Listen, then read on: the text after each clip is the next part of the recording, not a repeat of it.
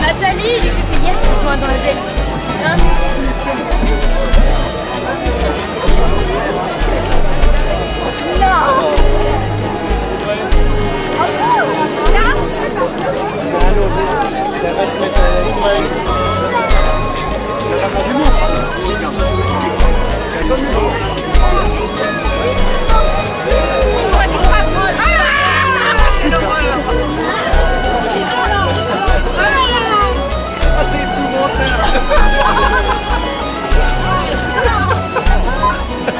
Ah, je t'ai pris quand j'ai...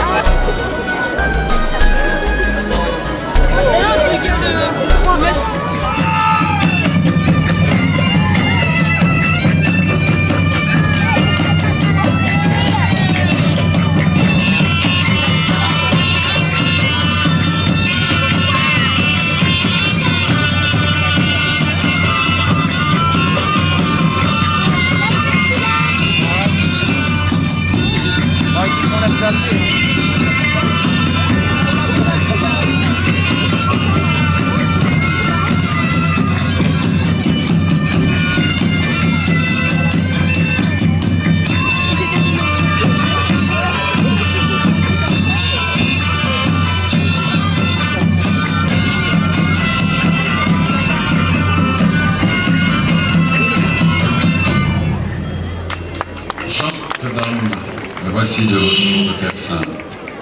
J'en rapporte un morceau de la croix du Christ que je compte offrir à l'église Saint-Laurent-des-Ponts de Provins. Pour vous, dame, il le faut que nous ferons planter dans notre palais. À l'image de votre beauté, elle donnera naissance à la rose de Provins. Après cette nuit de méditation à la collégiale Saint-Kyrias, Guillaume va exaucer son rêve. Être adoubé chevalier par son parrain et seigneur, le comte Thibaut IV. Depuis l'âge de 12 ans, Guillaume a appris les vertus du parfait chevalier, la bravoure, le sens de l'honneur, la loyauté envers son seigneur et le devoir de protection envers l'Église, la veuve et l'orphelin. Aujourd'hui, il connaît tout sur le maniement des armes, la vénerie et l'équitation. Il est prêt maintenant à prendre sa place dans l'ordre de la chevalerie. En présence de sa famille, des seigneurs voisins, de ses camarades et des croisés, Guillaume va prêter serment et promettre fidélité et loyauté à vie au comte Thibaut.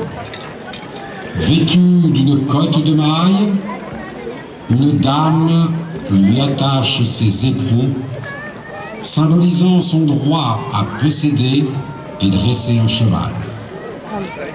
Il prend alors l'épée bénie, symbole de son rang, le aume de fer et l'écu aux armes de sa famille. Ainsi équipé, rougissant de fierté, Guillaume baisse la tête et reçoit la collée. Un grand coup sur l'épaule de la main de son parrain, le comte Thibaut IV.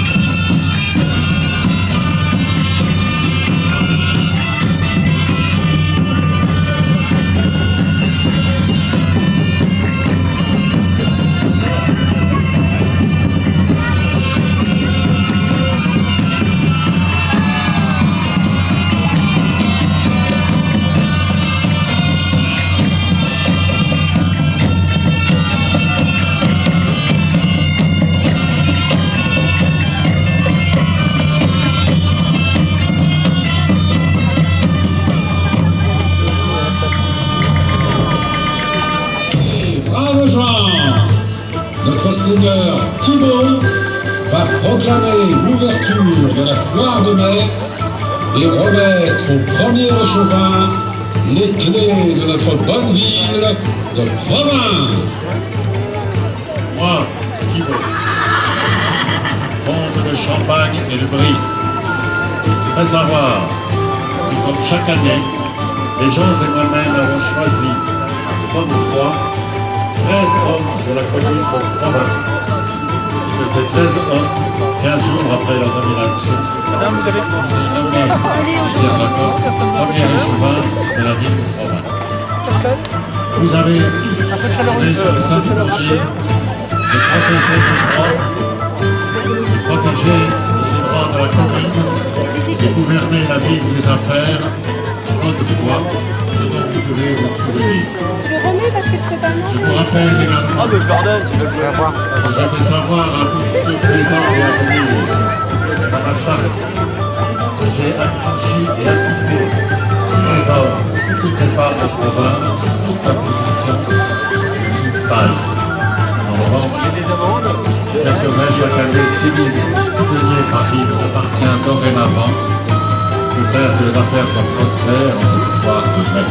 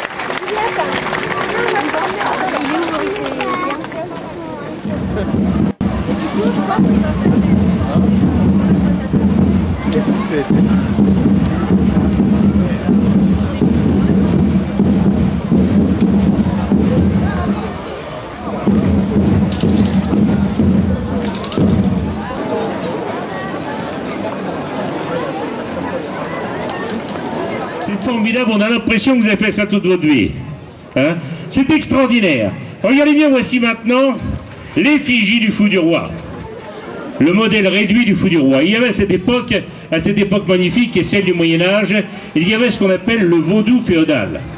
Le vaudou féodal, c'est quelque chose d'incroyable, parce que vous savez qu'à cette époque, on brûlait les gens sur la place publique. Quand on trouvait quelqu'un d'un peu bizarre, on disait « ça, c'est une sorcière ». On va la mettre sur le bûcher, on va flamber le bûcher, elle va disparaître dans les airs, elle partira en poussière comme il se doit. Eh bien, à cette époque de l'Inquisition, il y avait le vaudou féodal, et je vais vous le présenter à la manière. Il y avait la comtesse Scarabèse, la comtesse Scarabèse et le comte Pied-de-Bœuf. Voilà, à des milliers de kilomètres de distance, ils s'envoyaient des sorts. Et quand ils envoyaient des sorts, d'ailleurs à cette époque, pour chasser les mauvais esprits, pour chasser les mauvais sorts, on mettait du gros sel sous le paillasson avant de rentrer sur la porte du château. Et alors regardez bien comment ça se présentait. À cette époque incroyable, à cette époque magnifique, eh bien le vaudou féodal, ça se présentait comme ça. On prenait cette petite effigie, cette effigie incroyable et exceptionnelle. Et regardez bien comment ça se présentait. On jetait un sort, et quand on jetait le sort, incroyable, qu'est-ce qui vous arrive? Ça pique, ouais. Ça vous a piqué, c'est incroyable. Il a subi un mauvais sort. Il a été incarné par la voix incroyable de cette sorcellerie pitoyable. Regardez bien, attention mes seigneurs, vous savez ce n'était qu'une simple illusion, bien entendu. Quand on pique comme ceci, voilà. Vous sentez quelque chose? Oui, ça. C'est incroyable ça. Eh bien vous êtes damné par le mauvais sort, vous allez subir un sort beaucoup plus grave, beaucoup plus dangereux, beaucoup plus difficile. Alors on a commencé avec un petit pic. Vous voyez, c'était le modèle réduit, voici le modèle géant. Modèle géant, une lame exceptionnelle, une lame incroyable. Touchez la lame, véritable lame, solide, entièrement travaillée par le labeur des petits ouvriers français. À cette époque, travaillée sur la bigorne de l'enclume, travaillée par le maréchal Ferrand, le maître d'armes, travaillait son arme avec véritablement beaucoup de goût. Alors incroyable mais vrai, il y avait aussi dans la salle des tortures, à cette époque, une chose incroyable et magnifique, c'est appareillage. Cet appareillage dans la salle des tortures permettait de traverser le cou du condamné sans le louper. Je vous explique un petit peu, c'est un instrument de torture.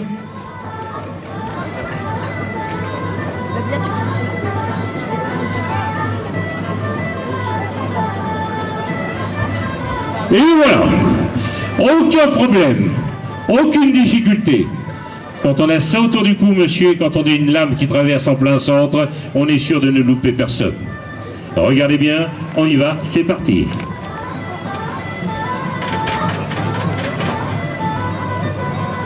Alors attention. On met en place, attention, l'appareillage en question. Alors vous mettez en place, c'est formidable.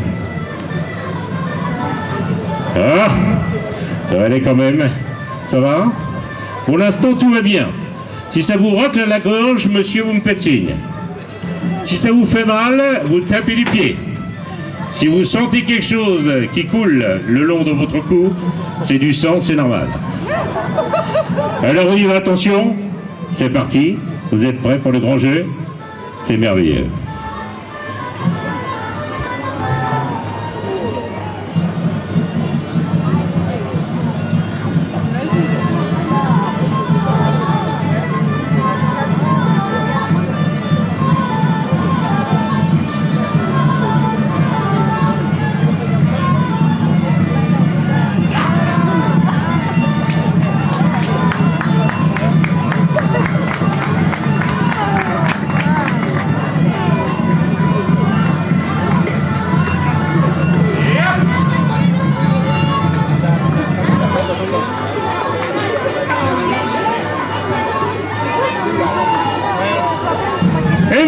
monsieur, on tient à vous le dire, nous n'étions pas dans cette période typiquement médiévale que nous connaissons déjà.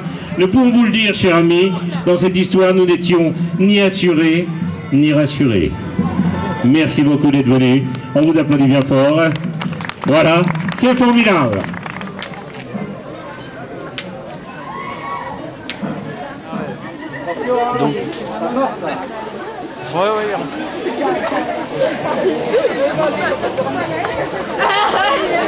Allez, reprends-moi la flippée.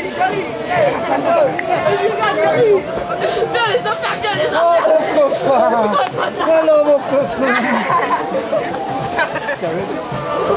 Croyez pas, je vais vous voir. Allez-y, les copains, venez voir.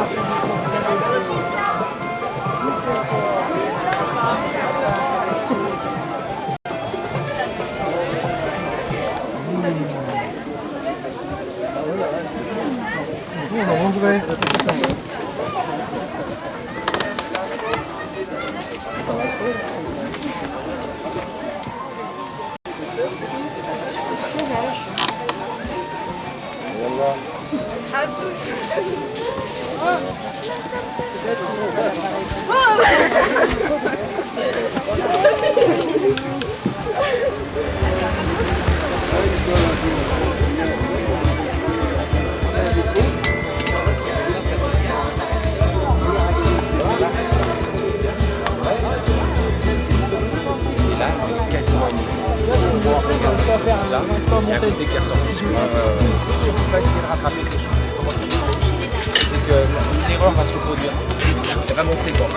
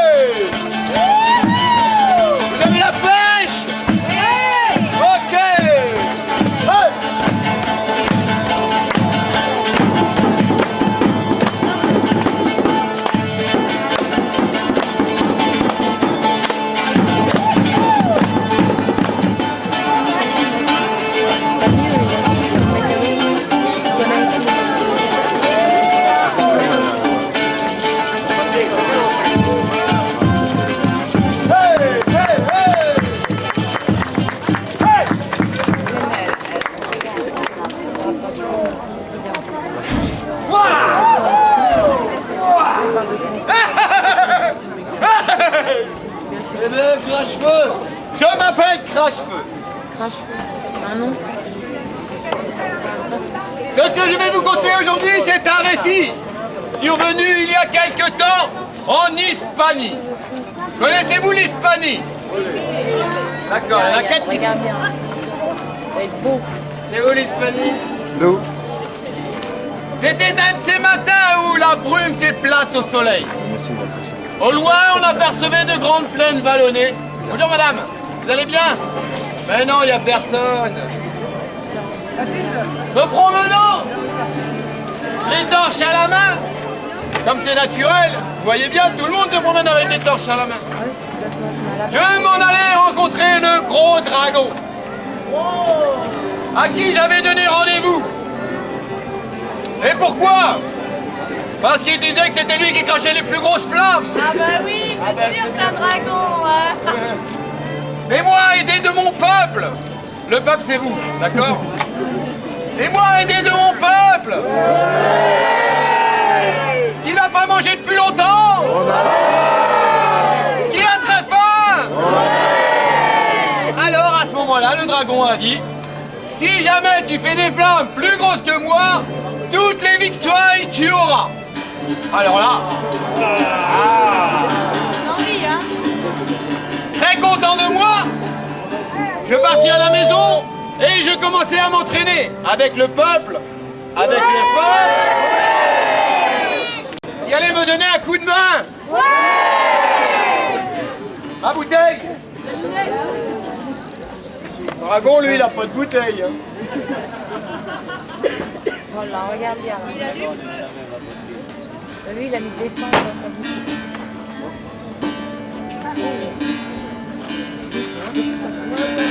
Oh, bravo. Un petit dragon, ça. Et voilà. Enfin, j'étais prêt pour rencontrer le grand dragon. En chemin, donc j'ai retint mes torches parce que je pars chez le dragon. Vous suivez toujours? Donc je marche. Beaucoup. Seul. Non, aidé de mon peuple. Parce que mon peuple est derrière moi. Ah ouais, sinon vous n'avez pas à manger. Il faut le savoir quand même.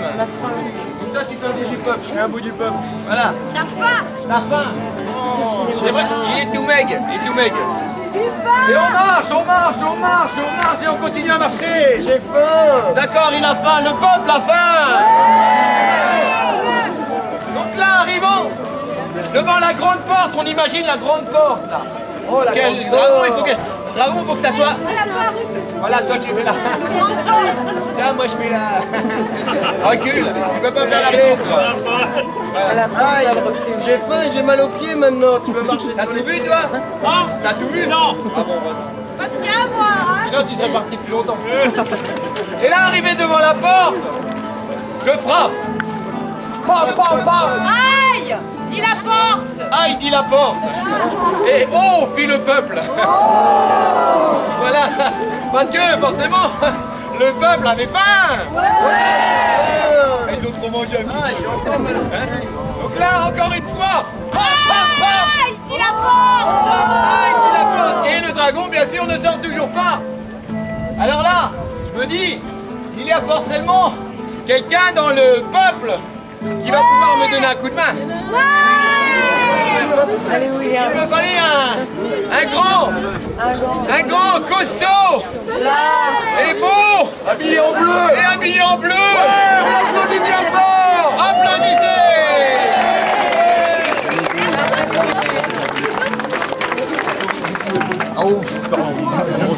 Tu peux ôter l'appareil. En plus, il parle pas français. Si, ça ira. Jamais été. Jamais ça là. Prenez soin de mon sac et de mes enfants, c'est bon. C'est à qui? C'est à toi, ça? Oui. Reste là. Allez, plus loin. Non, mais il y a des gens. Allez, tiens. Regarde là, on peut pas. Donc toi, t'es là. Je suis là. Et tiens mes torches, parce que moi j'attends que le dragon sorte. Il est là! Le dragon, il est derrière la grande porte qui est là pour se carrer. Ah bah il est parti! Excusez-nous, la municipalité n'avait pas assez de sous pour faire un dragon. Donc on l'imagine. Ni pour faire une porte. Ouais, mais t'es bien en porte, toi.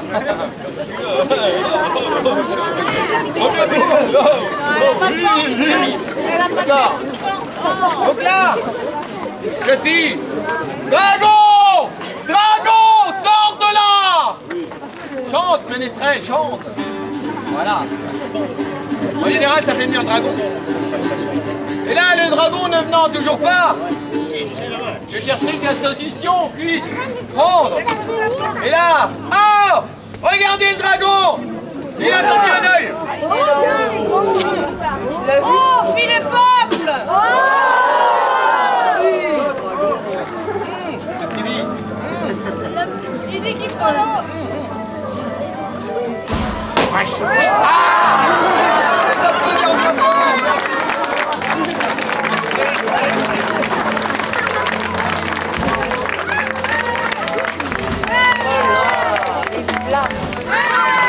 là, ce n'était pas fini! Parce que vous n'avez toujours pas mangé! Ouais, ça bouille, hein? Après le feu, l'orage! Et là, la suite! La suite! Le dragon dit, je te donne à manger si tu fais beaucoup de flammes avec une seule gorgée. Mais fatigué parce que ça faisait quand même beaucoup de temps qu'on marchait et qu'on frappait à la porte. La porte. Aïe, dis la porte. Aïe! Non, toi tu dis ça, vas-y, dis aïe. Aïe, Aïe, dis la porte. dis la porte. Dragon! Je pense qu'aider de mon peuple, je pourrais faire au moins 15 flammes avec une gorgée. 20, 15.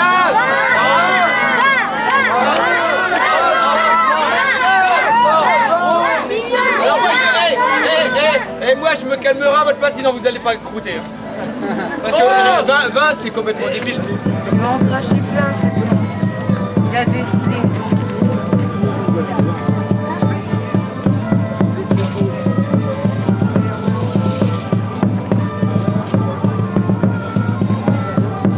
Le peuple s'impatientait. Le peuple avait faim.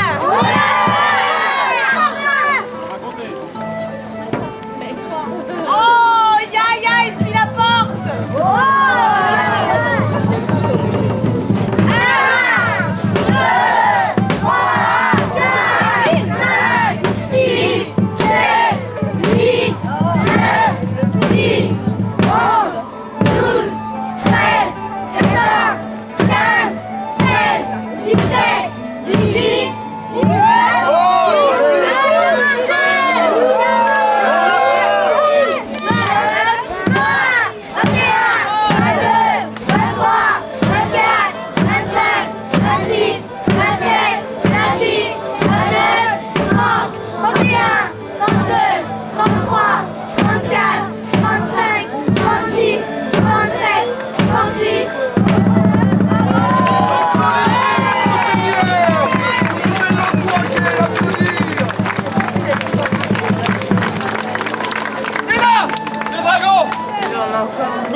3 jambons. C'est pas assez, il fait partie du plat. C'est quoi, du hot dog, c'est quoi? C'est pas marrant.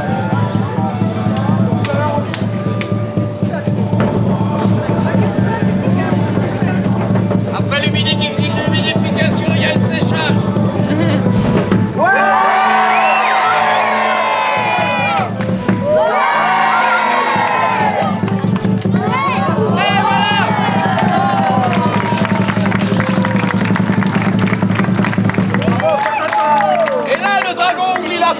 La porte. Et là, il ouvre la porte. Il me fait un gros bisou. Et à manger, il nous donne un... Victoire!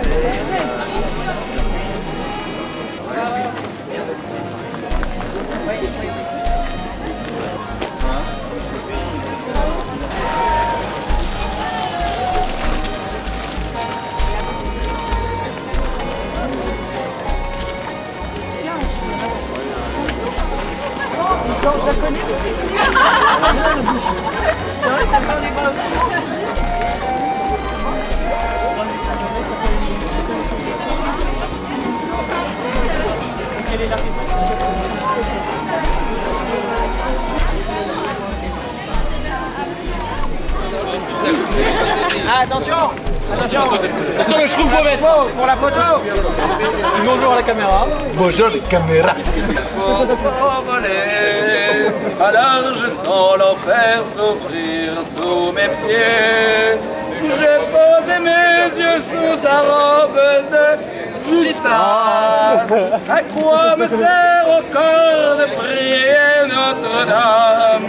Quel est celui qui lui jettera la première pierre? Celui-là ne mérite pas d'être sur terre. Oh Lucifer, oh laisse-moi rien qu'une fois glisser mes doigts dans les cheveux d'Esmeralda.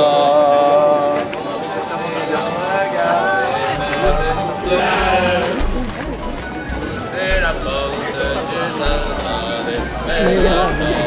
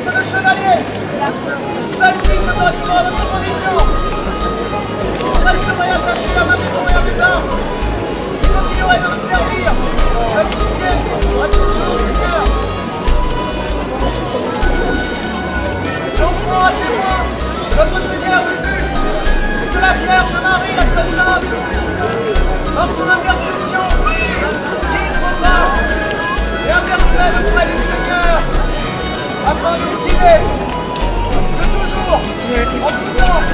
Que vous serviez l'Église, que vous serviez l'âme, que vous serviez la chevalerie à laquelle vous allez désormais appartenir.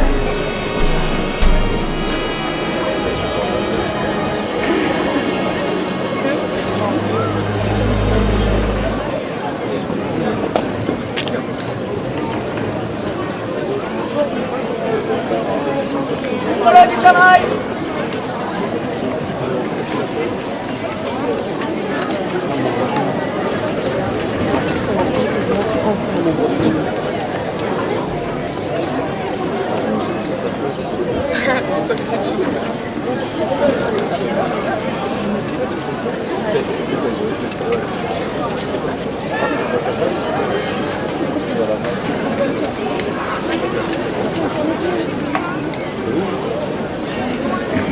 Plantez-le et qu'il me prouve sa valeur désormais.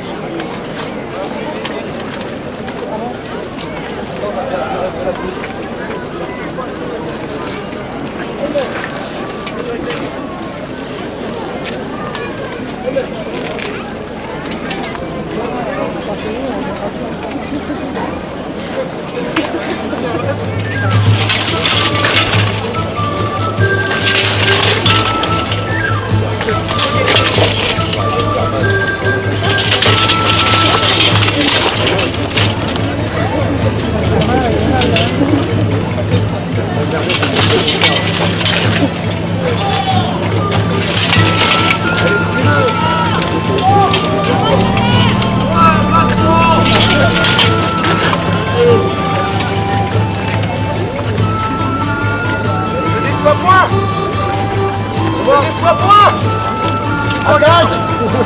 Porte-vous!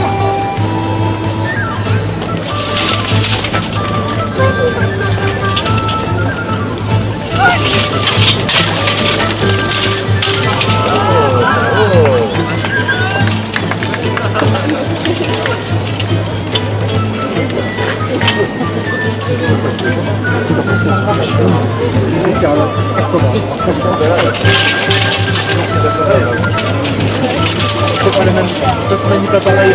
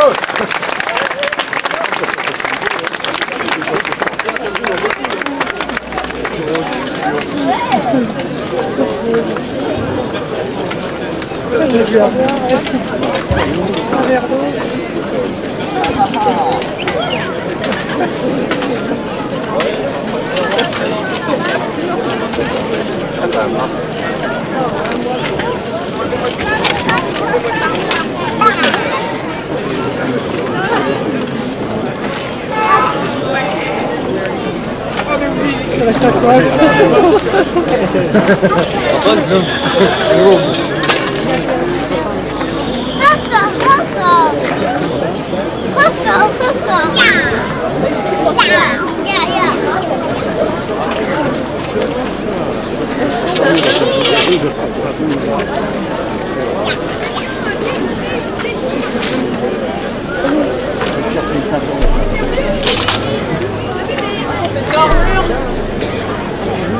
compte entre 40 et 50 éléments. Et là, en l'occurrence, il y a 65 kilos. En plus de mon poids normal, que je ne trahirai pas, pour l'honneur.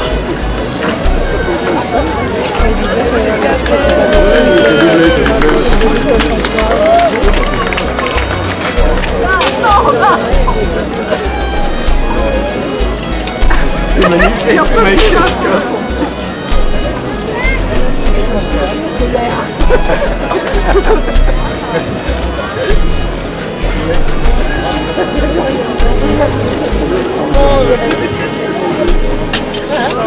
On pourrait dire que les filles quotidiens ont d'excellents jours.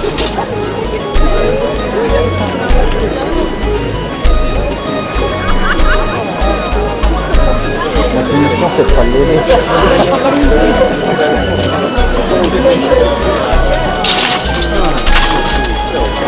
Messieurs, retour au camp.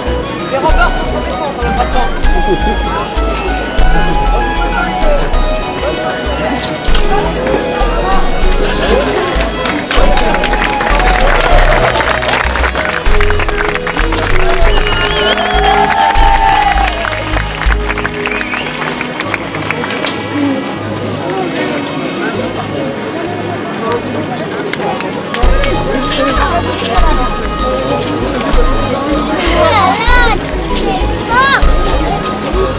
Ah,